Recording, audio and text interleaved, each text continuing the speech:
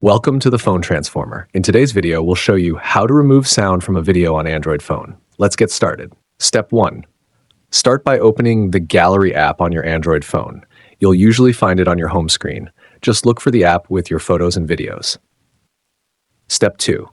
Now you'll see all your photos and videos listed here.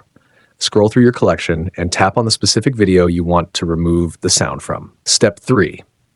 Once the video is open, look at the bottom of the screen for a pencil icon. That's the Edit option. Go ahead and tap on it. Step 4. In the editing menu, you'll see a few different tools. Look for the volume icon, usually found at the bottom of the screen, and give it a tap. Step 5.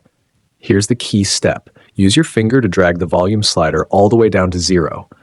Then decide if you want to save over the original video or create a copy. If you choose original, just tap the save option at the top right corner. Wait a few seconds and you're done.